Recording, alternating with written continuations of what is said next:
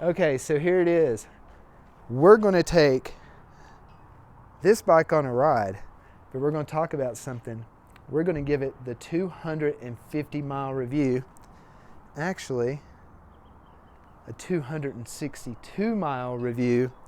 And we're going to talk about the things that I like and the things that I don't like, believe it or not, about one of my favorite e-bikes of all time, the Juiced RipRacer. We're going to go up to Vail. It's a little over an 8 mile ride to where we're going. I got some work to do. Got to paint a bathroom on a weekend, but it's worth it. The pay's there. So on the way, we're going to talk about it. And I'm going to be honest with something that I'm really sort of in love with. And it's this bike. We had a big truck go by. I do love this bike, but there are some things that I would change on it. So this is a super honest review of the Juiced RipRacer. So come on. All right, here we go. It is really gorgeous out today. We're going to go down the road here. I got some work to do up in Vail. Buckle the old helmet up. We'll put it in sport gear here and get it trucking. All right, so here it is. The skinny, the low down. Woo! That wind is something. Anyway, this bike has exceeded my expectations. I want to say that first off. So I spent a long time researching the bike I wanted. I wanted something that didn't have, all the gears, bells, whistles, all those things. I didn't really care about those things. I wanted something more solid, durable, gonna last, and had the power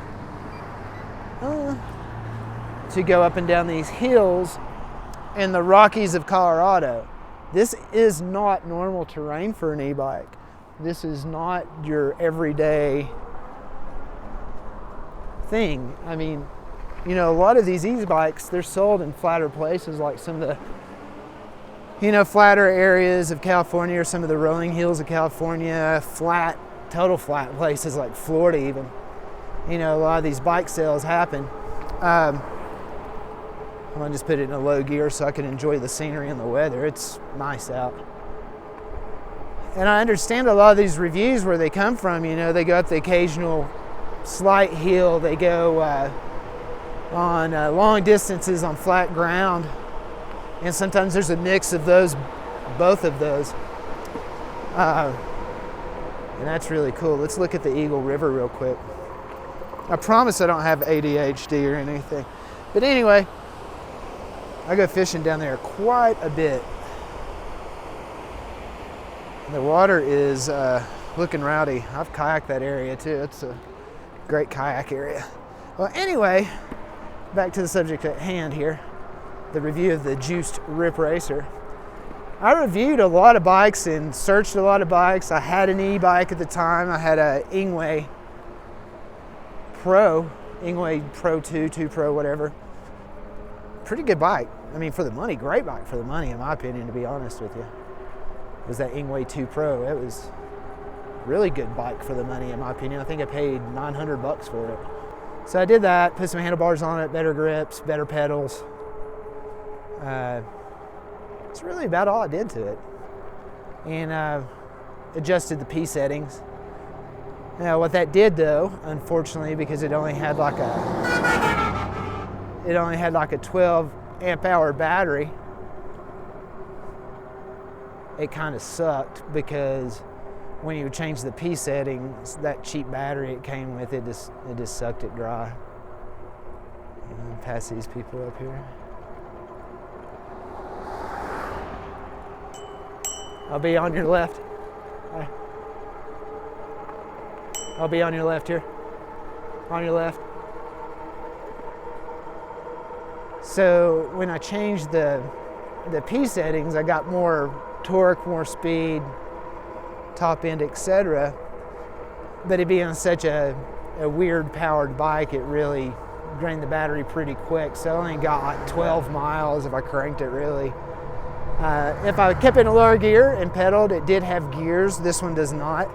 I was able to get, 20 miles probably, I guess, is what was the max range I got on that thing. So it was really cool. It was a good bike.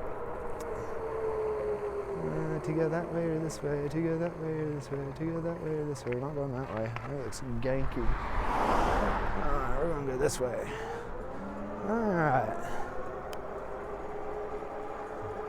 Go up a gear. But, so it would do okay. It didn't really have a lot of low end. Had kind of a delay. The cadence was kind of cheap.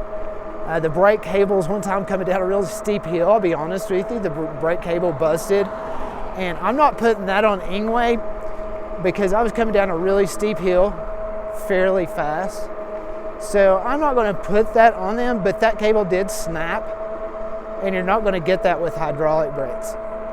You're not going to get that. There's no cable to snap. So that being said, and researching a bike that just didn't have all those features, like I was saying, and more concentrated on the power that the bike had, and not as many loose, jingly parts as I rode, making rattling noises, scraping noises, those kinds of things. We're going to try this part of the bike path today because it was not really clear last time. It looks clear now. Oh yeah, they swept it off. This bike path is gorgeous, by the way. It goes through a section called Dowd Chute, Dowd Junction. Watch y'all function. It's gorgeous through here.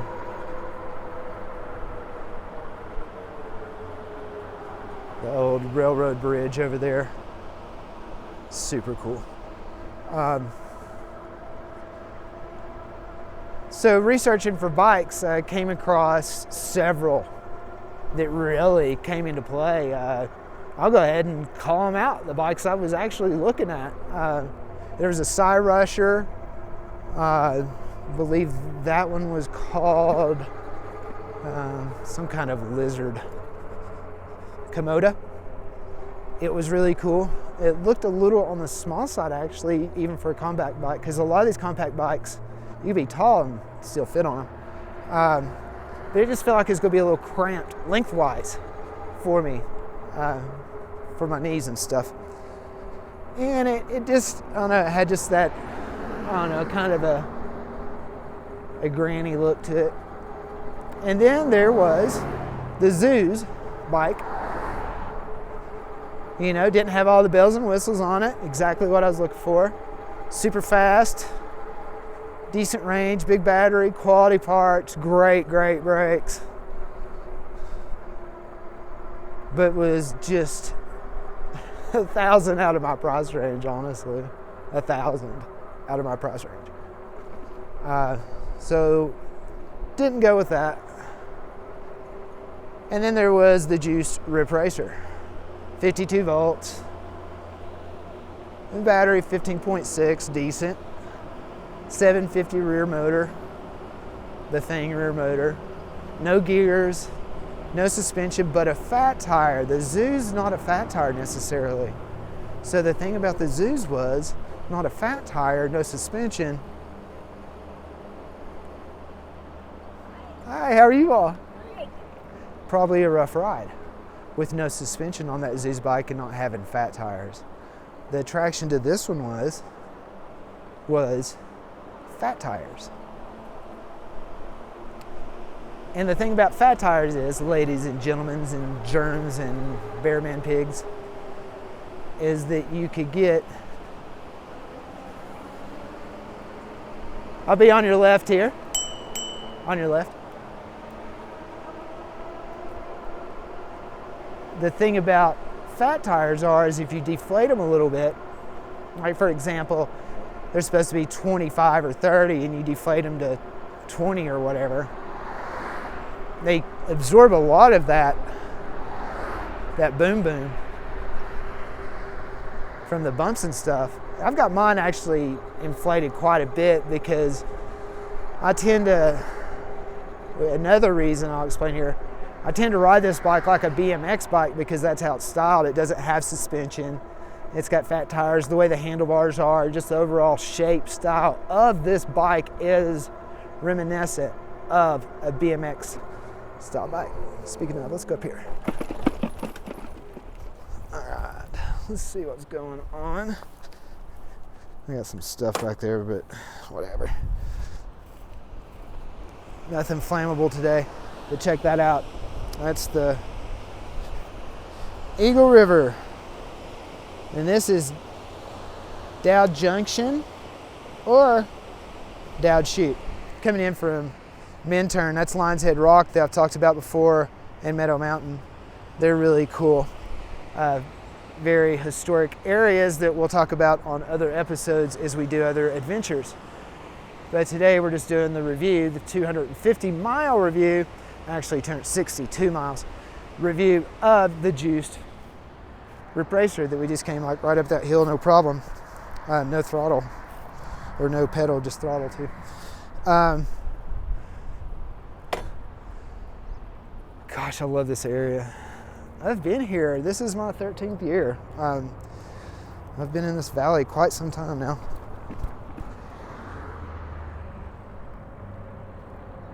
And absolutely love it. But when you deflate these fat tires, they absorb a lot of that bump and shock. What's up, gentlemen? What's up?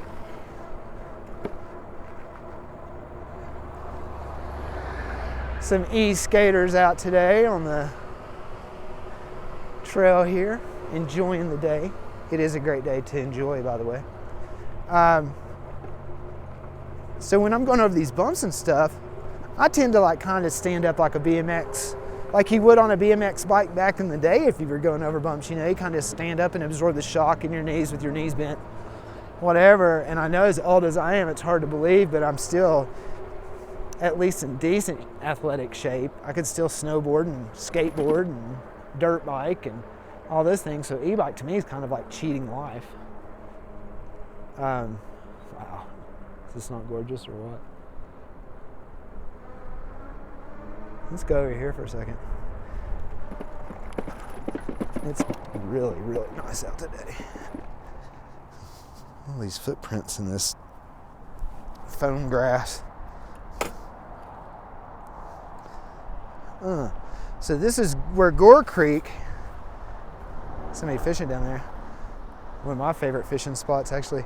This is Gore Creek going into the Eagle River. So this is the confluence. This is a great place to catch fish. One of my favorite spots.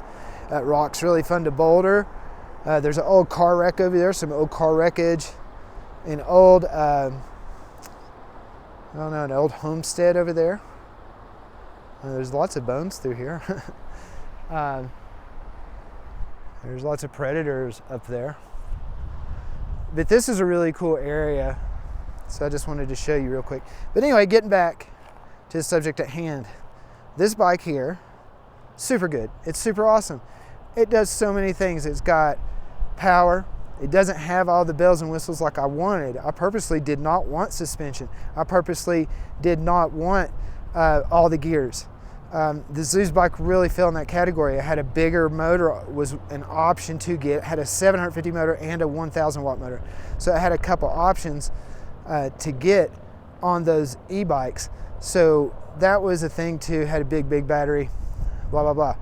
But this right here, at the time I got it, I can't remember, it was around $1,400-$1,500. It doesn't matter. It was literally $1,000 less than the Zeus, and it was a 52 volt like the Zeus. And it really has a lot of pickup power, and the front end literally comes up on it in race mode with the throttle only. It really does. These are the things that I love about this bike. The fat tires, definitely a big advantage over the Zeus bike. The things I like. The torque, the initial torque that you get off this bike is amazing. It's 52 volts, 750 watt in race mode. It's amazing. With the throttle only, the torque is amazing. It really is. Even the cadence on this bike is very impressive, although it being delayed slightly more than I wish it was. but it's fine. You know, check on that. That's another thing I do like about it. It does have a decent cadence on it. The battery, awesome battery. It seems to be just super quality, easy to deal with. You can take it on and off.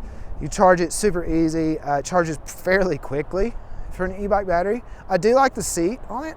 At first I didn't, but now that I've broken in the seat's actually really nice. Let's see here. The rack system is amazing. I didn't like the relay rack on the front. I like it more on the back, so I got it on the back, so I got it where I want to. I've got a drink holder, speaker holder, whatever, and my fishing rod holder connected on the back as well. So I could take gear and stuff. Phone is on there. Super cool. It seems like to be super quality built. I don't know, those are the things I like. The power, the durability, the quality of the build. No rattles, no shakes. The mileage is really, really good. It's fun to ride. Those are the things I like. Now the things I don't like about it. So we're going to get on the bike, go for a ride, and we're going to talk about the things that I don't like about it, because there are some. There's not a lot, but there is some. What's up? It's an Aventon bike. I don't know how you say it. But anyway, back to the lecture at hand. The things I don't like about this bike. Okay, so one of the first things I noticed about this bike right off the bat was with throttle only, even in race mode, you're only going to go 20 miles an hour. So to go over 20 miles an hour on this class 3 e-bike, let me repeat that, class 3 e-bike, to go over 20, you have to start pedaling.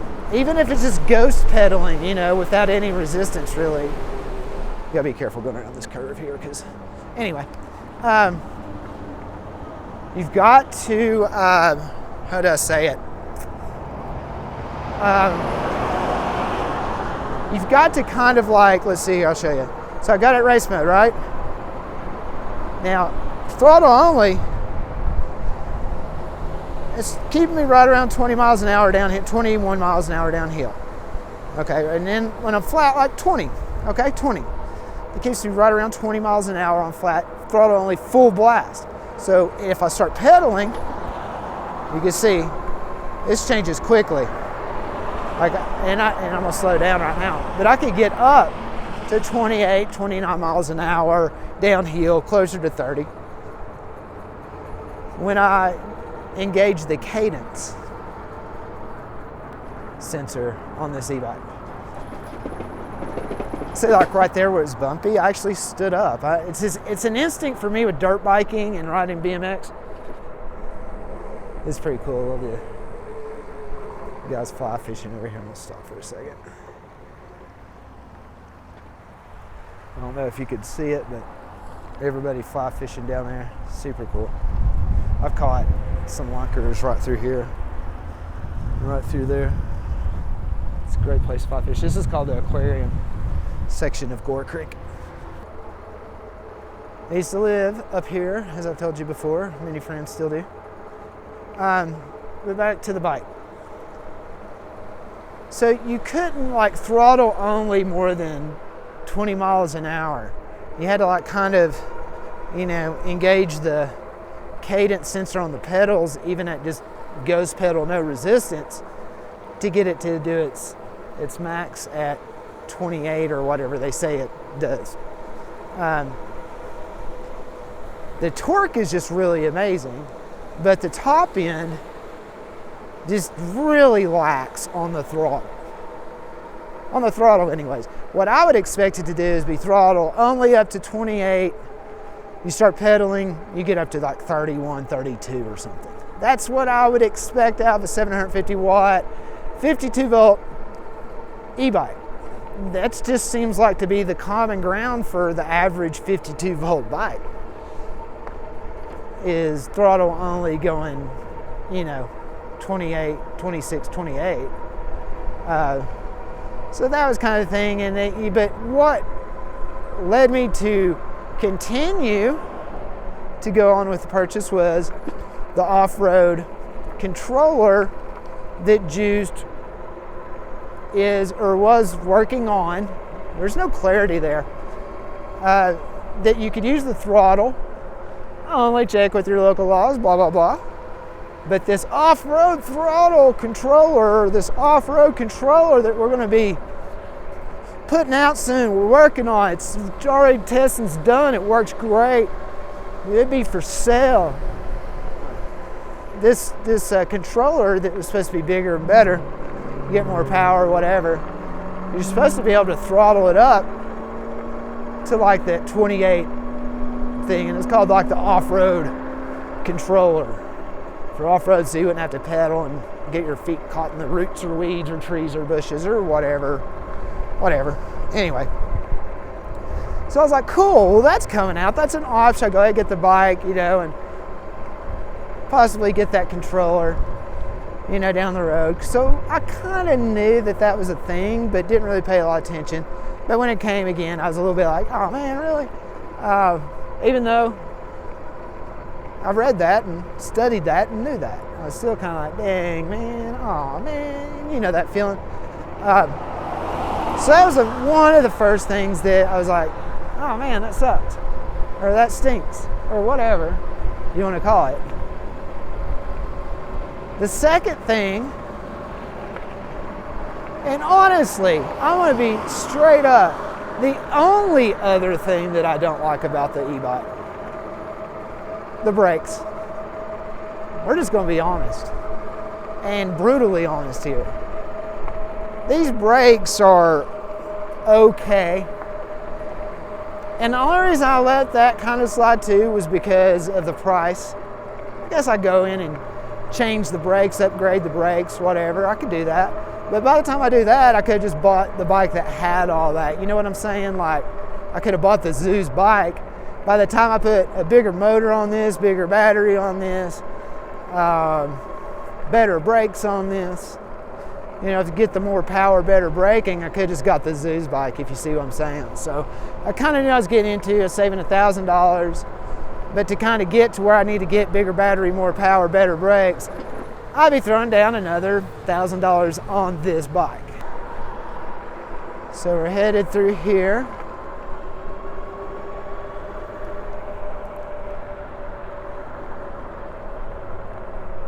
It's so nice out. All right, back to the brakes. This is where de-dazzling and boo-bazzling. It's so pretty through here. Yeah, we're in Westville area right now, Lions Head Village actually. I'm just kind of looking back, making sure nothing's coming. Okay, so back to the brakes. Yeah, better pads would have been cooler.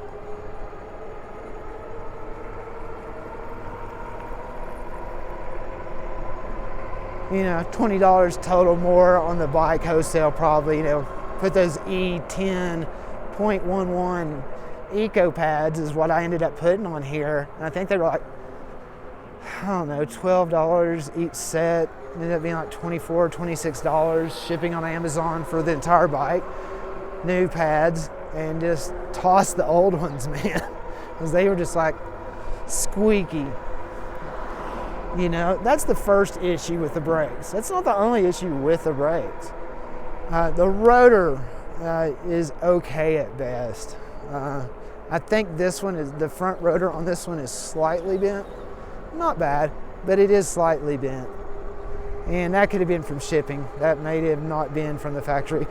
But it kind of, it's just not lined perfect. And you can't really go and pop that rotor off easily because the bolts that are connecting it are super soft metal. So out of all those bolts, you're going to strip out half of them with a hand tool or a power tool. You're just going to strip them out, man. And then you're going to have to dig them out. It's just soft metal. And they're just hard to get out. I mean, it's in there good, but it's just soft metal. It's the way it is. It's the way it goes.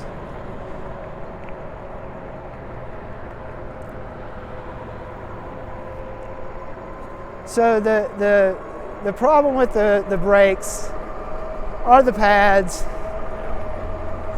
and the rotors, and the brakes themselves are just middle of the road at best. I'd say lower end hydraulic e-bike brakes. Low end hydraulic, which means that that's like okay. You know what I mean? The improvement that I would put on this bike right now as it stands, a bigger battery, the 19, 20 amp hour battery should be an option at checkout. I'm not saying just put them on there, just it should be an option at checkout. Not that class 2, I can't imagine y'all sold any of those. And if you did, it's to really old people or kids. Maybe there is a market, but I imagine kids or at least old people would want suspension. I don't get it, whatever. So give at least the battery option of 19, 20 amp hour battery, the option to buy at checkout.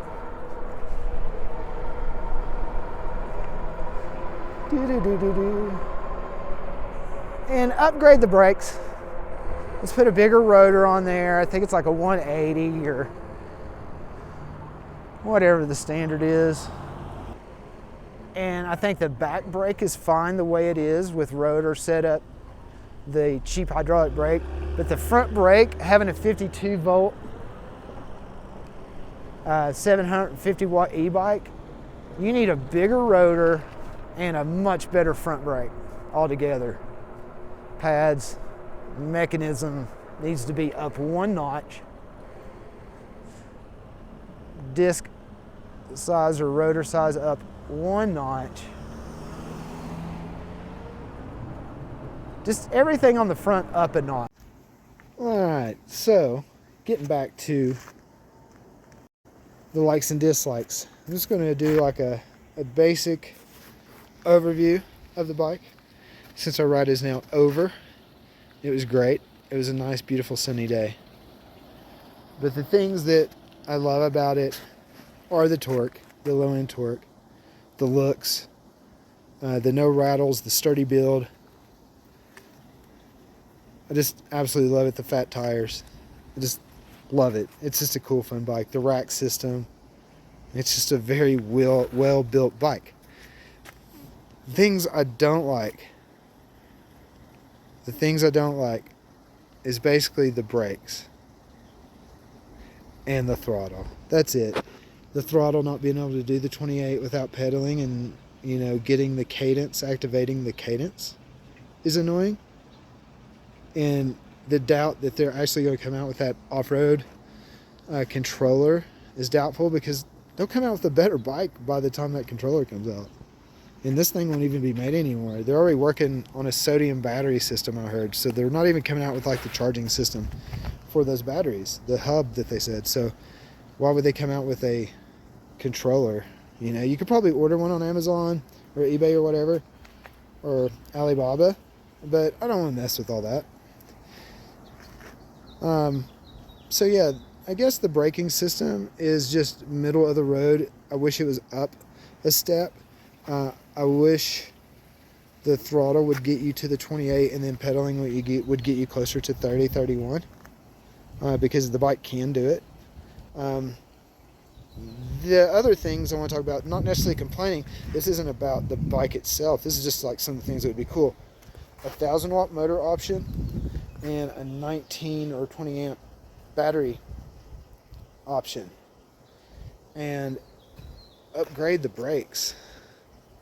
Man, bigger rotor, better brakes, bigger rotor, better brakes, and put some good brake pads on these. Don't just throw $3 brake pads on it. Anyway, the bike being at the price it is exceeds its expectations, or my expectations on it. I do give the bike 2 thumbs up, but that's my hardcore review. I'm just super hardcore, and I'm going to be honest with you. It just needs at least a couple options at checkout, and upgrade the brakes, man. And let that throttle roar if you're not going to offer something that you promised. But anyway, there it is. There's the RipRacer. It's a great bike. I'm going to get out of here and actually get to work for a few minutes and then head back home. But I hope you all enjoyed the RipRacer by Juiced 250-mile review, actually 62-mile review up here in the hills of Vail, Colorado. Have a good day, everybody. Peace.